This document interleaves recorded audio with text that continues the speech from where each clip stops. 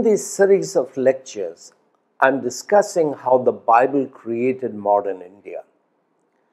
The name India came from the Bible. The idea of geography came from the Bible.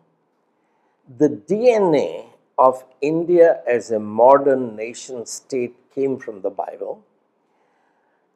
In the previous episode, I was explaining how India had become so weak that small band of raiders can come, invaders can come and loot India. And one of the important factors was Ashwamedh Yagya, the horse sacrifices, which turned Indian Maharajas against each other, because a Maharaja is trying to take other people's land, their neighbors' land. There was no concept of respecting territorial integrity, borders of kingdoms. No, I'm strong, therefore I will take some villages that belong to you. This weakened India, but every one of these Maharaj who is trying to become Chhatrapati Maharaj, he is in fact weakening India, strengthening himself by weakening India. This leads to imperialism. So many people say that we Indians never invaded another nation. The fact is that we were always invading each other's kingdoms, and that is what was weakening us. Empire, the Bible describes empire as a diabolical, Luciferian, evil, wicked system. God destroys empire in Genesis 11 to build great nations where 13 tribes, different tribes can live together under one law, ruled by law, not ruled by men. Now, this idea was not a European idea. Alexander exports the idea of empire, Rome accepts it, everyone then wants imperialism. So, when the Reformation begins under Martin Luther, the Bible begins to be translated and read by people in their own language, such as German and Dutch in the Netherlands and Holland. People realize that God does not want empire, Babylon. Babylon is the biblical word for empire. This is evil. God wants to destroy it. God wants to build nations and make them great nations. So this is the idea of nation.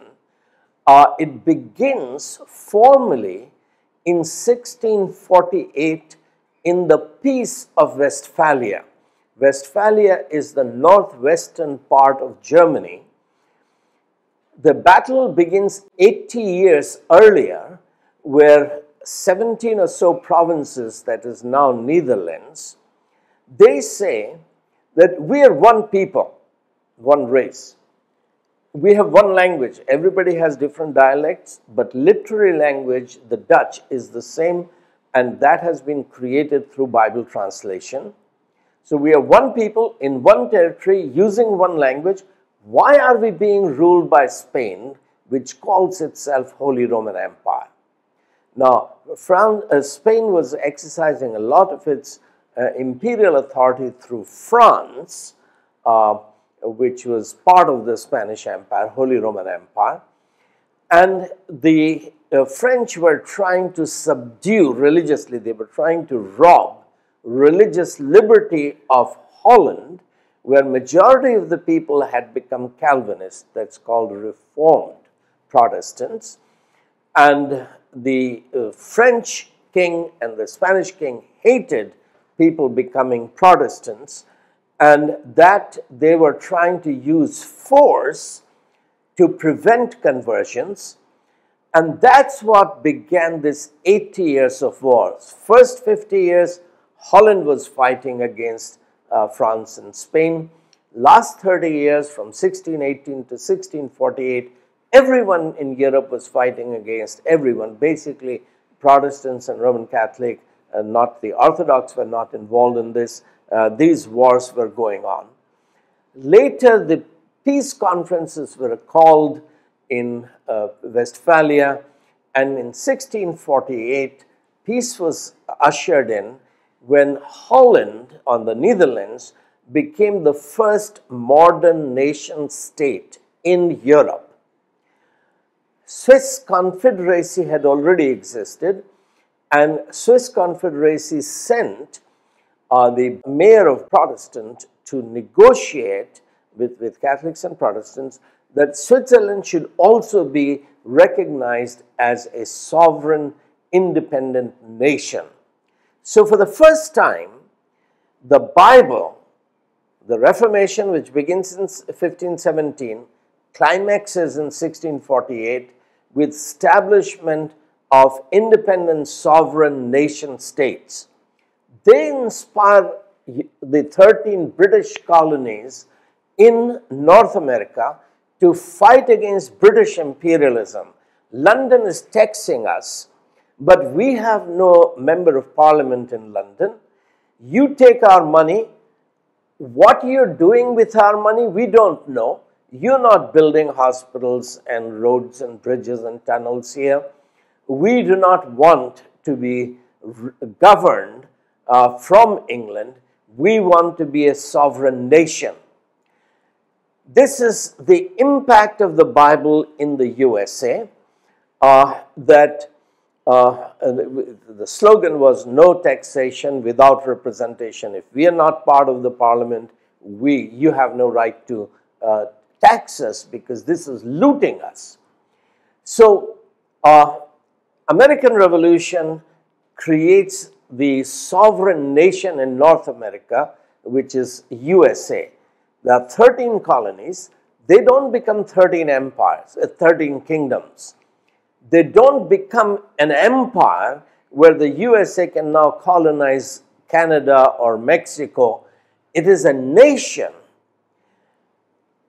inspired by what had happened to Holland and Switzerland. The idea of the nation coming from Jewish Bible, which Apostle Paul has introduced 2,000 years earlier or 1,700 years earlier in Greece. When Paul went to Greece, from Greece, European imperialism spread all over. But when Apostle Paul went there, he introduced to them God's idea of nation. He said in Acts 17, verses 26 and 27, that from one man, God created all the nations of the earth. He set their borders, their territories, and their times. Nation is God's idea because this is an idea of peace. Empire means war. Someone is trying to extend his territory. That's war. Nation means peace, that I love my land, and we will talk about nationalism, how that virtue came to India from the Bible. Nation means I love my land, I fight for my land, I die for my land, but I don't covet my neighbor's land. God has given him that land, and I respect international border. This was the idea of the nation state, which America then imposed upon Britain, because Britain had continued to be a confused nation. It accepted Reformation from Roman Catholicism to the Anglican Church, but it was still Roman in that a nation that wanted to be an empire and have a third of the world under its imperialism. When the Second World War began in 1939, Winston Churchill began urging America to support England in its war against Germany and its war against Japan. He put a lot of pressure upon Franklin Roosevelt, who was president of America at that time. The two leaders, Churchill was a great world leader. America was a small, insignificant, marginal nation at that point. The two of them met in Atlantic Ocean in the Canadian waters and agreed what is known as the Atlantic Charter, in the summer of 1940. Churchill is saying that you must support us. Roosevelt is saying, we supported you in First World War. You Europeans keep fighting with each other. Why should we allow our young women to become widows? Why should we shed our blood to save you from your wars?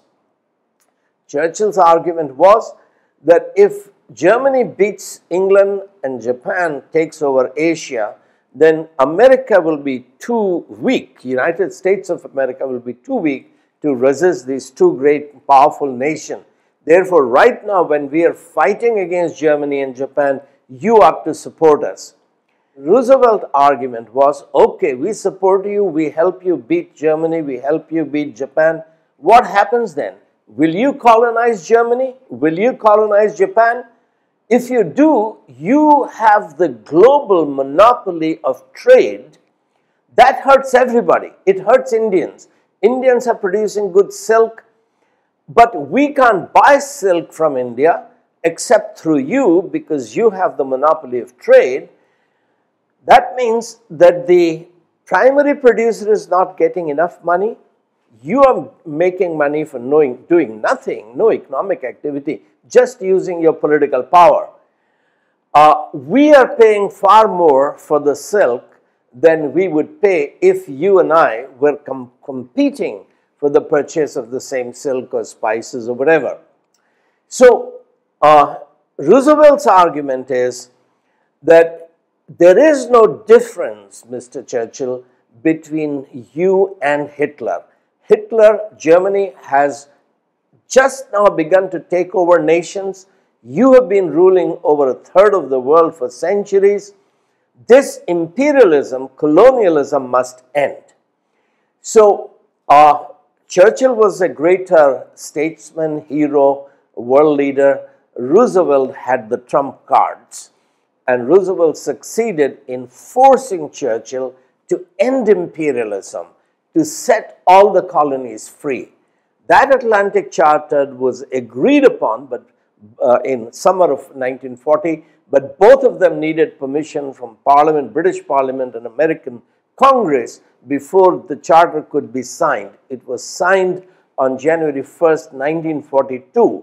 These powers, USA, Canada, Australia, England, France, etc., will give the right to self-determination to all the colonies. If they choose to become nations, they will be free from British colonialism or French colonialism. It was in response to the Atlantic Charter that Mahatma Gandhi called for Quit India.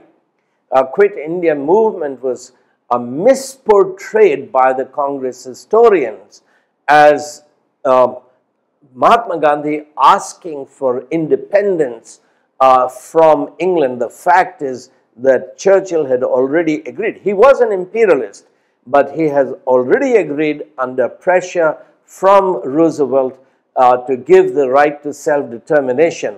If Gandhi and Nehru appeared to be strongly demanding you quit India, that was actually a stance against Subhash Chandra Bose, because Bose had come to believe that this was 1940-41 is the time to repeat 1857 revolt against British and use arms to gain freedom for India.